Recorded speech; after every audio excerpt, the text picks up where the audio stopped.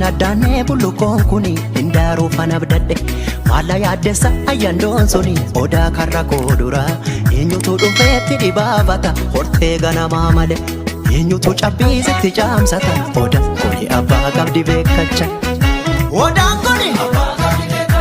milkiin kuni jibuun kuni duudhaan kuni si jaalatti hayyuun asaasa dhugaa jallattee sororsa gumee fi gumaani baasa harka dhiige qulqulleessa odaan mallattoo biyyaati ibsituu oromummaati jirma tokko damee sagaleeti kanaanistuu ilmaan oromooti.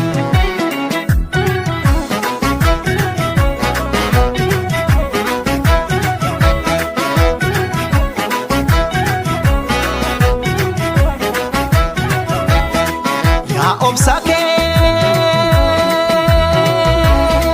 ittuma difta walalaan qottoon si mura yaa tolake oda jarra tokko buu godaantu si jaala bula bare odaan keenyaaso kunuu gombo beela miisaaf gaddiisa ta'a ilma namaa mukti rabbiillee jabbirroo budeessa ta'a yoo yandoon si tume yoo hammaate bubbee yoo si nyaara gandi yoo hammaate aduun maaf si nyaarti ormi qee abbaa keerratti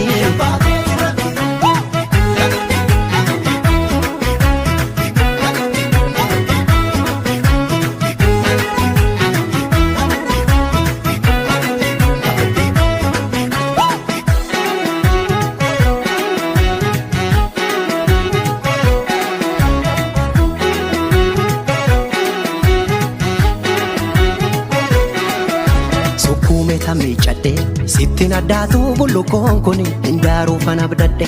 maalla yaaddessa ayyaandoon suni odaa karra koodura eenyutu dhufeetti dhibaafata hortee ganamaa male eenyutu cabbiisitti caamsata odaa kuni abbaa qabdi beekacha odaan kuni milkiin kuni jibuun kuni duudhaan kuni jaalatti hayyuun asaasa dhugaa jallattee sororsa gumee fi gumaani baasa harka dhiige qulqulleessa odaan mallattoo biyyaati ibsituu oromummaati jirma tokko damee sagaleeti kanaanistuu ilmaan oromooti.